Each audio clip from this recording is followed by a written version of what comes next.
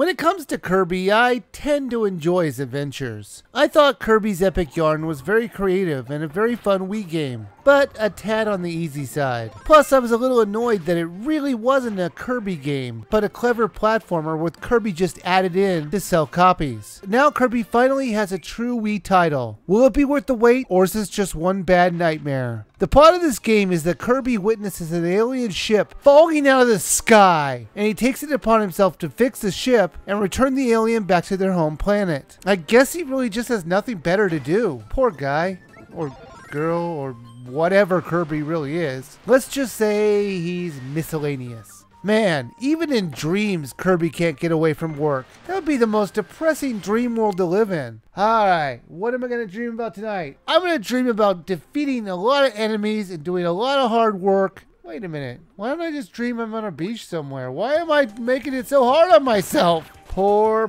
Kirby. The graphics look really good. I mean, they weren't stunning, but they weren't supposed to be. Each world looked and felt differently, and you always wondered what colorful world you would step into next. The creators did a good job of replicating the original style, but improving upon it. You control Kirby by holding the Wiimote sideways and playing it like an NES game. The controls are very easy to learn. They basically come down to jump and suck. Kirby has the ability to suck up enemies and absorb their power. Some of the different powers that Kirby can absorb are actually quite clever. So you're going to want to try and suck up as many enemies as possible to see the different powers you can get. Now, one of the new things to this game is that Kirby has a super suck ability, which will greatly increase the amount of sucking power coming from Kirby. To do this, all you have to do is push down the button to suck and then shake your Wiimote. This move was good to suck in blocks not normally affected by Kirby's great inhaling powers. There are also super variations of powers, like where you can do a devastating power attacks that will destroy anything in its way. These sections were usually pretty brief, but they were pretty fun when you could do them. In the beginning, you might think this is a really easy game, but I assure you in the later levels, it will do a complete 180, and it will be very hard and you will die quite often. So if you're in for a challenge, this game will give it to you, especially if you like going for 100% completion. At the end of each world, there's a boss fight for the piece of the ship, because for some reason it's finders keepers, even when it's as strange as a part of a wing of a ship.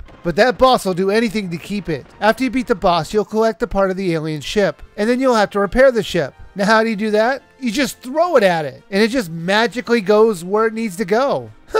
I wish I could just toss a part on my car and it'll fix it, but it does seem a bit strange that they just had you auto-repair the ship. As much as I can't believe I'm saying this, it would have been the perfect place for a minigame to repair the ship. There are minigames to play though, but they're just extras. This game is also multiplayer compatible. You and 3 other players can play the game at the same time. If one of the other players dies, you will all work off the same pool of lives the first player has. But if you run out of lives, you can still join up with the main player, but you'll start out with much less life. Also, if the first player dies, no matter how many people are playing, that part of the level resets. So unlike other games out there, you're going to want to protect the main character, because if he dies, you're going to need to start over. The other players have the option to play as a clone of Kirby, or a few of the other characters from Kirby's world if they choose to. They can pick from King Dedede, Meta Knight, or Waddle Dee. The downside to playing these characters is the lack of upgradable attacks, as they only have one kind of attack, unlike Kirby who can change attacks depending on which enemy it absorbs. Also, if you enjoy collectibles, in each world there's a certain number of cogs to collect, and that differs from level to level. They're hidden throughout the levels. So if you are one of those people who just love to replay levels looking for extras and hidden areas, then you will really enjoy this game. Kirby's Return to Dreamland is a fun return back to the original feel of the series. It controlled well, and the multiplayer wasn't as chaotic an experience that I have played in other games for the Wii. I would recommend this game to anyone over the age of 7 or 8. But like I said before, the game does ramp up the difficulty level about halfway through, and younger age kids might find it a little bit frustrating at times. But I do think they can push through it. That being said, the game is great, and a whole lot of fun, so you should buy it now.